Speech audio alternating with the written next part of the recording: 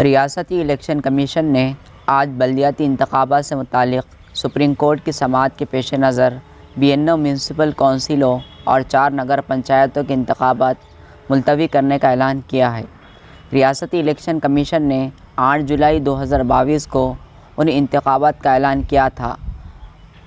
12 جولائی 2022 کو supreme court میں بلدیاتی انتخابات کے حوالے سے دائر درخواست کی سماعت ہوئی۔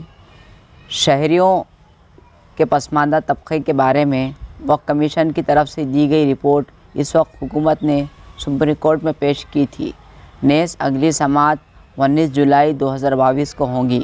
اس پس منظر میں یہ انتخابات ملتوی کیے گئے ہیں، اس لیے متعلقہ جگہوں پر ضابطۂ اخلاق کا اطلاق نہیں ہوگا۔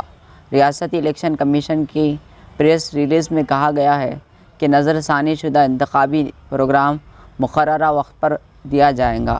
دراصل پونے، ساتارا، سانگلی، شولاپور، کولہاپور، ناسک، دھولے، نندربار، جلگاؤں، احمد نگر اور اورنگ آباد، جالنا، بیڑ، عثمان آباد، لاتور، امراوتی اور بلڈانہ سمیت 17 اضلاع کی 92 میونسپل کونسلوں اور 4 نگر پنچایتوں میں انتخابات ہونے تھے۔